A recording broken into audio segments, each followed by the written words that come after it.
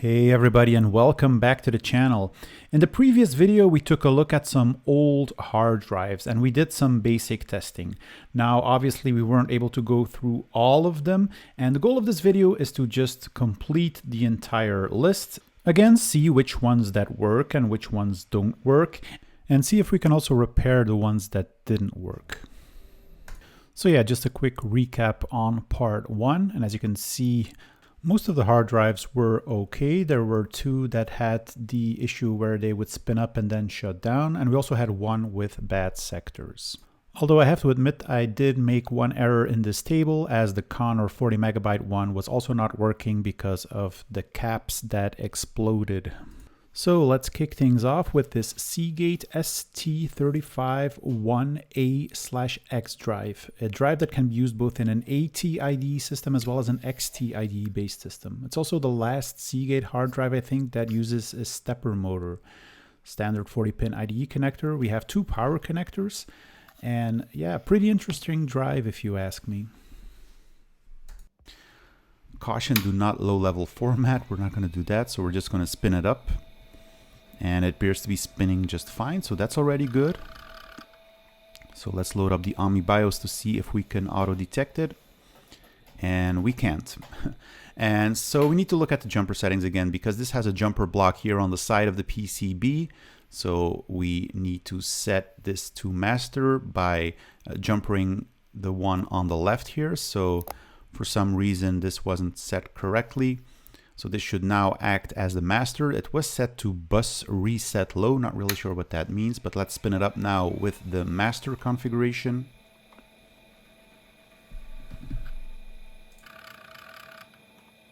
I just love the sound of these very old hard drives. So auto detection in progress, and it has found the 40 megabyte hard drive. So yeah, that's really good. Let's see if we can start it.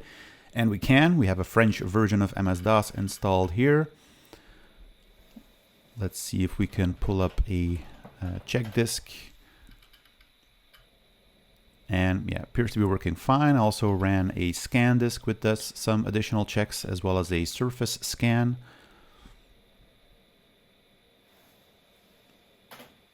So yeah, it is in French, but it is doing the surface scan, and it passed with flying colors. So yeah, really nice to see this hard drive working, because I think it's pretty rare hard drive.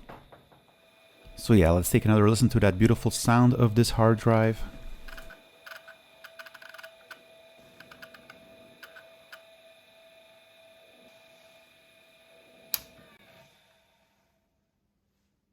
Next up, we have another Seagate, the ST3120A. And spoiler alert, this hard drive does work because I already tried it on my Teac Atari PC clone. It has a couple of jumpers here. There's this jumper block on the PCB, and it's currently set to the drive being a master, so that's good. It also has the active LED turned on so that you can see the LED on the hard drive. Let's turn it on, see if it spins, which I'm sure it does. So yeah, lovely sound. Let's do the auto detection. And this is obviously being correctly identified as a 102 megabyte hard drive, but it won't start, and that's because I actually partitioned and formatted this hard drive on the Teac, which only had a setting for 8 heads, meaning that we reduced the storage of this hard drive from 100 megabyte to around 70, and by configuring the heads manually, we are able to boot the hard drive. We can run check disk, and yeah, so the hard drive is running fine, albeit with reduced capacity.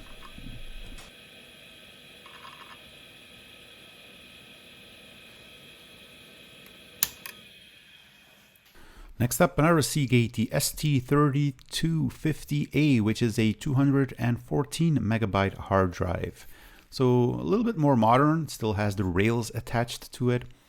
Let's see if we can find the jumpers here on the PCB. So there's this really small jumper block here. And yeah, nothing is really jumpered on this block. They just put a jumper there so that you have a spare. But if none of the pins are jumpered, the drive is configured as a master. So this should just work. So yeah, let's hook it up to the machine, see if she will spin, see if she will be auto detected by the BIOS, and if we are able to start from the hard drive.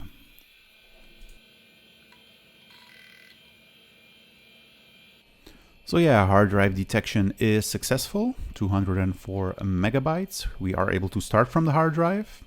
So as I was loading up check disk, I did notice that it was reporting several errors. Now these are allocation errors that can probably be fixed if you use the /f parameter, which I'm not going to be doing here. So this is just reporting on the various errors that we have on the hard drive. But in the summary, I did notice that there were about 49 kilobytes of bad sectors. So yeah, perhaps this hard drive is already on its way out. There was a version of Windows on there on some games, but because it was DOS 6.0, I couldn't run ScanDisk. I did try booting it into Windows, but unfortunately it didn't start because it was expecting a ET4000 video chip, which I don't have in this 386. So yeah, for now I'm just going to leave you guys with the sights and sounds of the Seagate ST3250A, a lovely sounding hard drive of 214 megabyte size.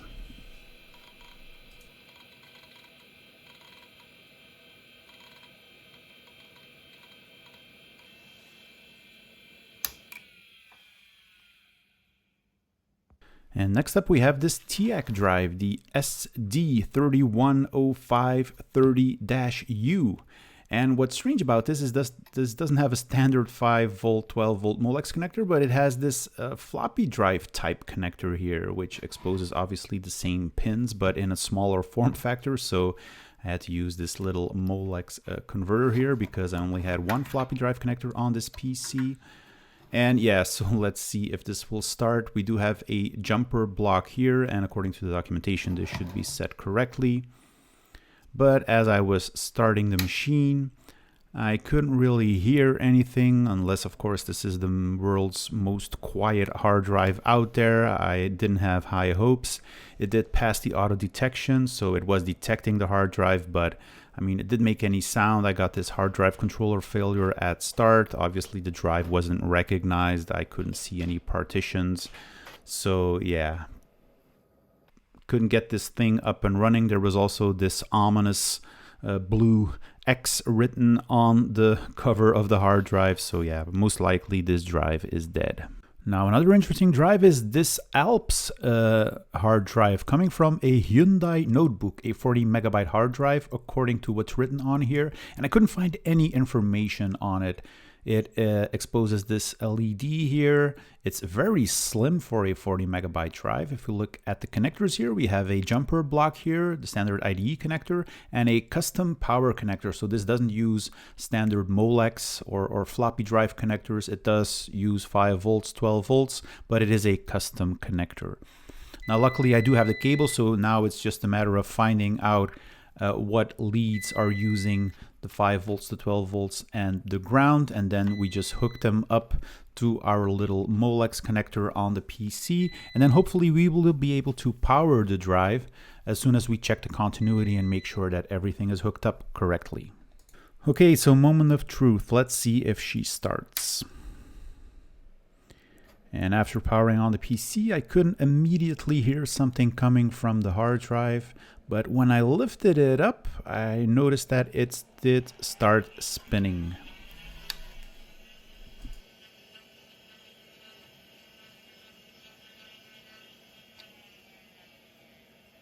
Only to shut down again after a couple of seconds. Now, obviously, this is a little bit of a wobbly cable power construction here, so might be caused by that. Now, I don't know if this hard drive was made specifically for laptops, but perhaps there are some power management features in there which will automatically shut it down. I also didn't have an IDE cable attached here at the time, so that didn't help. But as soon as I hooked it up to the computer, I was able to auto-detect the hard drive. It did took a while before it finally was able to detect it, but here we have it, a 41 megabyte hard drive. Unfortunately, I wasn't able to start it. It said missing operating system. Now, this could be due to the fact that the hard drive setup that was done in the original computer was done differently than the auto detection on this computer did. So I was able to read the content of the hard drive. I don't know if it was using some kind of hard drive doubler like Stacker, but there were certain errors popping up as soon as I started browsing through the content. As soon as I entered, for example, the DOS directory and wanted to do a check disk, I got the sector not found errors.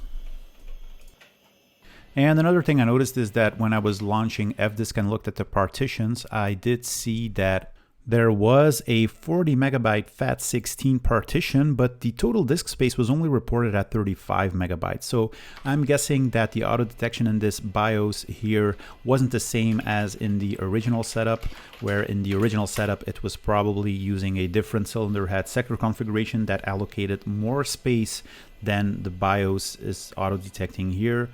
So that's probably causing the issue. And you can see that as it's doing its formatting that you get this message: existing format differs from that specified. This disk cannot be unformatted. So I'm guessing that the format utility here also sees that the partitioning layout doesn't really correspond to what the BIOS has set up for this hard drive. But you know, that being said, it was able to format the entire 40 megabyte drive without any errors. But due to the BIOS mismatch, we will never be able to boot from this hard drive properly. So the only way out of this is to delete the existing DOS partition, the 40 megabyte partition, get rid of that and create a new partition. So this will mean that it will use all of the available disk space, in this case 35 megabytes, so not the original 40 megabytes. But now we will be able to format the hard drive, and I'm expecting that this will go without any issues. And then once we transfer the system files onto the hard drive using the /s command, we should be able to boot from this hard drive now, because now both the BIOS settings and the partitioning information are perfectly aligned. So let's see if we can boot now. And we can. So we get the starting MS-DOS prompt and everything seems to be working fine. I did go ahead and install MS-DOS 6.22 on this hard drive just to get some content on it. And also that went fine without a hitch. Check disk wasn't reporting any errors, so we got 36 megabytes of disk space. I also ran ScanDisk and did a full surface scan, which is probably not really necessary given the fact that we just formatted the hard drive, so any errors would have been picked up by the format as well. But yeah, pretty happy with this ALPS 40 megabyte hard drive. I wasn't expecting this one to work, but you know, luckily it did, so it turned out okay. So with all of the IDE drives tested, let's take a look at some repairs that we can do. Okay, so first up, let's take a look at the Connor 20 megabyte drive that, you know, kept on spinning up, but then shutting down. Now, I am going to have to open up this drive, and no, I do not have a clean room or a vacuum chamber where I can do this type of thing. I know people have strong feelings on that, and that this hard drive will be ruined as soon as I open it. I also have some feelings on that I will try to bring across in a separate video, but for now I'm just going to open it as the drive isn't working anyways, and we're just going to see what it does as we power it on. Now, the first thing we notice as we open it up, that the platter seems to be in a pretty awful condition, at least to some people. You can clearly see the tracks on the platter, which would indicate that, you know, the heads have already touched the platter somehow. Now, I have to say, if you kind of tilt the hard drive to a certain angle, it's as if the platters have this kind of mirror-like finish. It's only under certain conditions where you see these kind of, you know, tracks or circular rings. Now, what we also see is as we start the drive, we see the platters spinning, but we don't see the head assembly moving at all. We also see that the platters stop spinning after a while and then start back up, but we don't hear that, you know, actuator arm moving at all. First thing I wanted to do was to see if I could, you know, move the head manually. And in doing so, I think I made two mistakes. I think I moved the head assembly too far to the outer edge, causing this weird metallic noise. Let me just replay this and listen to it again.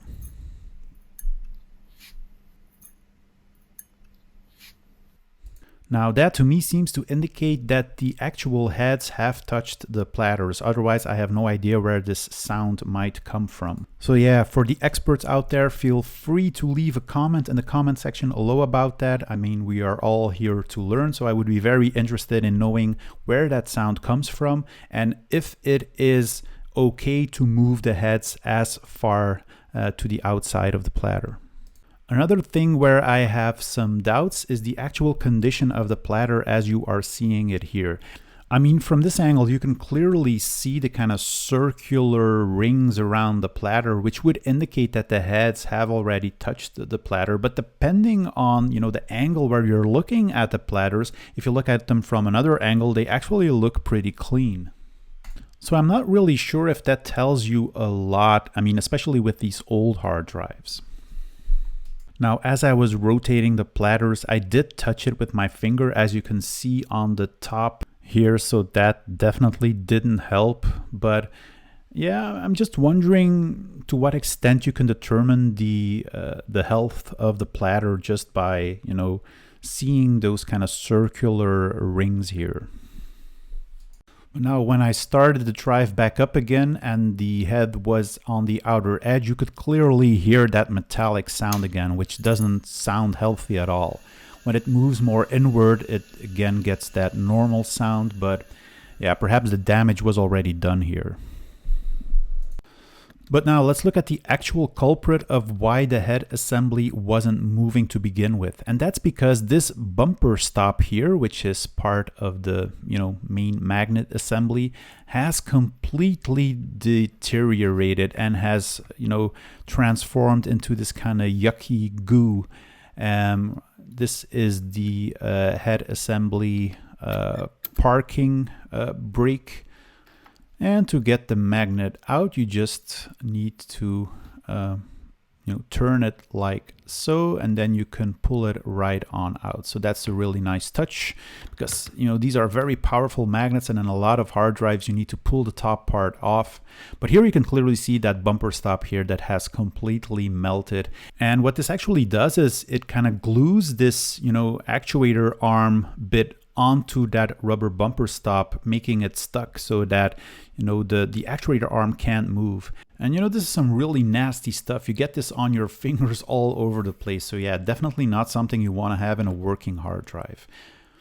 So as far as the head assembly parking mechanism is concerned, you can see that this black plastic thing on top of the magnet actually causes the actuator arm to move or to get stuck in position. So there's a secondary magnet here that can move that plastic bit, and that will either cause the actuator arm to move or get stuck in its parking position.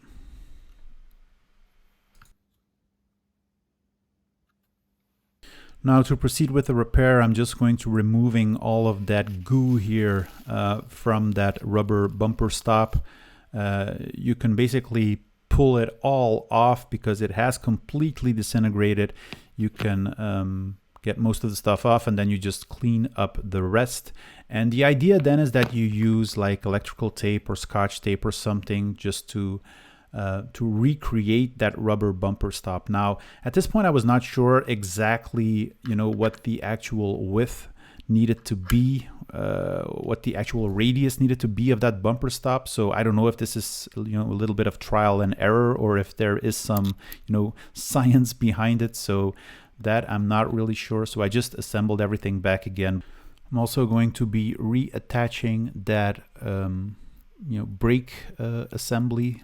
So this is just a piece of plastic that goes in here, and there was this kind of copper wire here that needs to be pulled alongside this screw here. But yeah, unfortunately this fix didn't seem to work. We were back to square one, where the drive was just spinning and then shutting down again. So yeah, the actuator arm was moving a bit, but I mean, for some reason the hard drive just wasn't able to initialize. It had a hard time being detected by the BIOS, and it just simply didn't work. So yeah, if anybody has any good tips, improvements, or ideas on what could have been done differently or better, then yeah, please let me know. Okay, next up we have this Connor 40 megabyte beast. And as I already mentioned, one of these two capacitors here on the power rails exploded. It was the one on the 12 volt rail. And you can clearly see the burn mark on the PCB, and the capacitor is completely shorted, meaning that the 12 volt line will also be shorted, and this will render the whole system useless. So what we need to do now is get that PCB out so that we can use our heat gun to get that SMD capacitor out. So it uses a very specific type of screw here to hold the PCB in place. So we're going to be removing that. And once we get that off, we normally should be able to just pull up the PCB. There is a small ribbon cable that attaches the PCB to some other circuitry on the hard drive. I'm just going to be leaving it at that. Going to place the PCB like so that we can easily access those capacitors. So I'm just going to be using the heat gun to heat up these two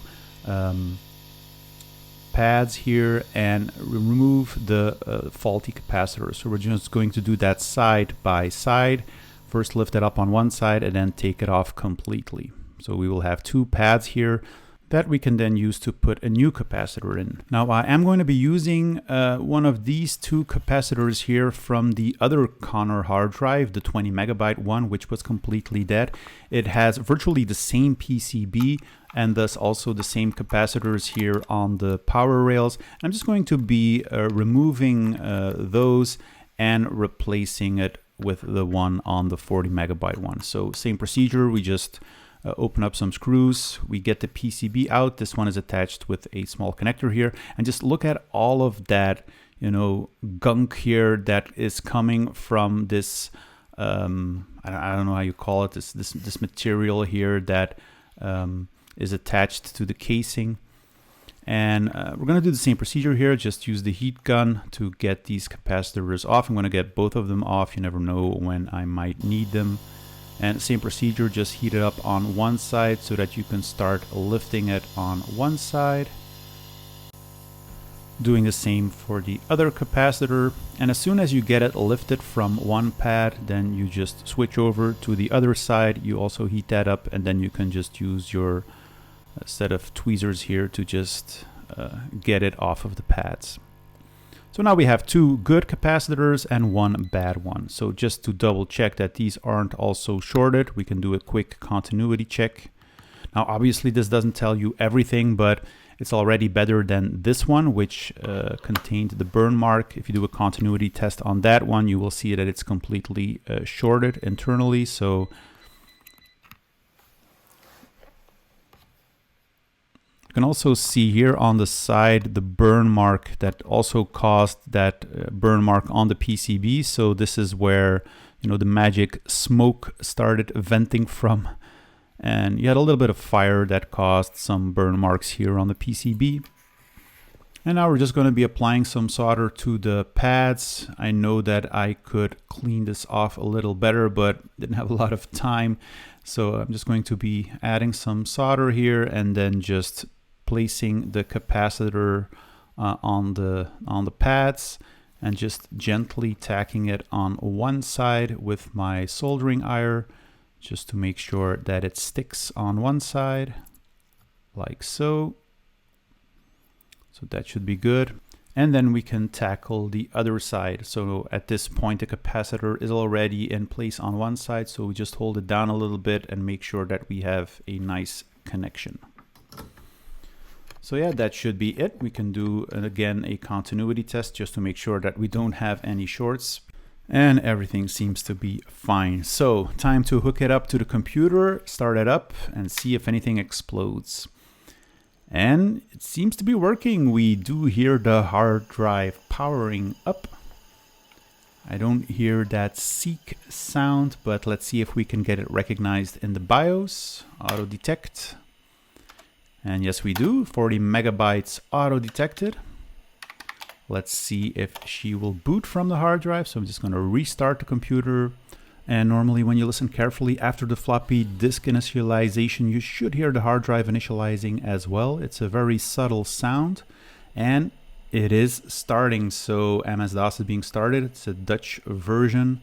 I've sped up the memory test here, but yeah, seems to be working, and it's booting into what appears to be, I don't know, there's no splash screen, but I'm guessing this has to be a Windows of some sort, and indeed it is, in black and white, so probably a video driver issue. Came with the entertainment pack apparently. So yeah, might do a separate video on the content of all of these hard drives, but I'm not going to be doing it now. But yeah, just thankful that we managed to fix this Connor 40 megabyte hard drive. Let's do a quick check disk. 42 megabytes of disk space, no bad sectors. We have MS-DOS 6.22, so we can do a scan disk. Let's go ahead and do that, just to see if the surface scan reveals any issues. There are some issues with the file system, but you know, ScanDisk has no issues fixing those. Most important thing is the surface scan that we are going to be doing now. Just going to let this run, and hopefully we won't hit any bad sectors. So as the hard drive is doing its thing, we can see that ScanDisk finishes without any surface scan issues. So that's already good. So yeah, let's enjoy this victory a little bit by listening to the sights and sounds of this old 40 megabyte Connor hard drive.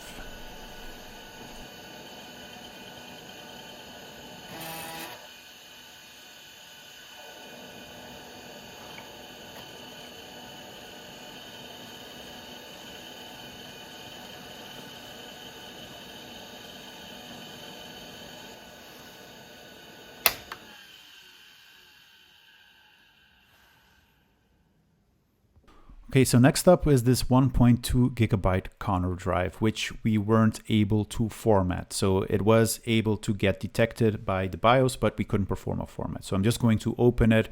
Now on these newer drives, there is typically a hidden screw somewhere. So I did find it here, but even after, you know, removing that screw, I had a hard time getting the top cover off. It was like it was glued onto something, and I thought for a minute that there was another screw, but I couldn't find any. And the thing is that there is this kind of rubber band that goes around this top cover, and it really held that top cover in place. So I needed to use a screwdriver just to get that top cover off. I finally managed to do that, and I was able to open up the drive. Again, I mean, I don't really care for the fact that I don't have a clean room here. I don't really care that much about this hard drive.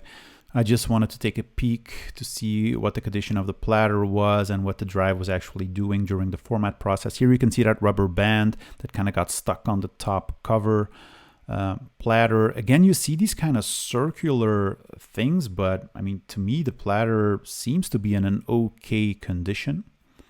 So yeah, let's hook it up to a computer and see what it does. So as soon as we power the drive or the computer, we see the platter spinning, which is good. We also see the actuator arm moving as the hard drive is doing its initial seek test. It is getting auto detected, so all of that is good. But like I said, and like you saw in the previous video, I wasn't able to format it until I created a first partition that I didn't use and then a second partition that I was able to format to completion. So it seems that the issue with this hard drive is that, you know, on the outside of the platter where the hard drive usually begins to format its file system has some issues. But when you skip that and you kind of create a first partition that you're not going to be using, you are able to complete the entire formatting process. So yeah, as you can see here, I was able to format about 1 gig of storage on this hard drive. I copied my Windows installation folder onto it, and all of that seemed to work. Now, obviously, you know, I'm not going to be using this hard drive to store the family pictures on there, hoping that they will survive over the next 10 years. But yeah, just goes to show that it is possible that some parts of the hard drive are still usable. And again, let's just enjoy the sights and sound of seeing and hearing Windows 98 getting copied onto this hard drive.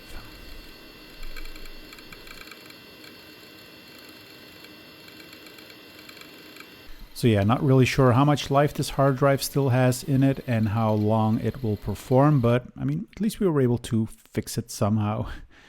So yeah, just to give you an overview here. So yeah, initially we had 3 out of 5 connors that were like completely dead. I was able to fix one by replacing the capacitors, and on the 1.2 gigabyte also part of the disk was definitely usable. On the Seagate side, all of them turned out okay. The 204 megabyte one had some bad sectors.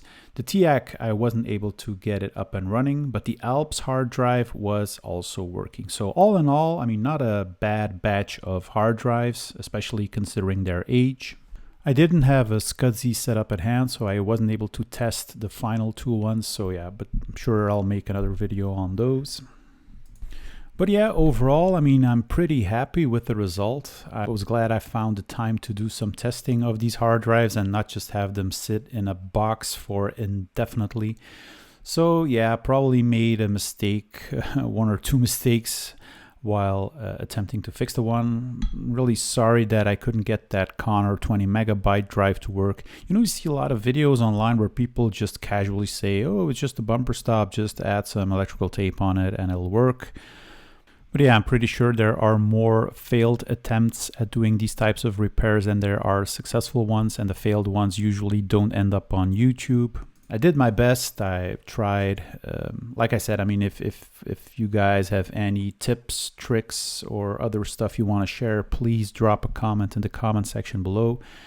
I kind of hope you've enjoyed part 2 of this video. I mean, we were able to revive a couple of drives. I'm sure they will find a good home in some old retro PCs here.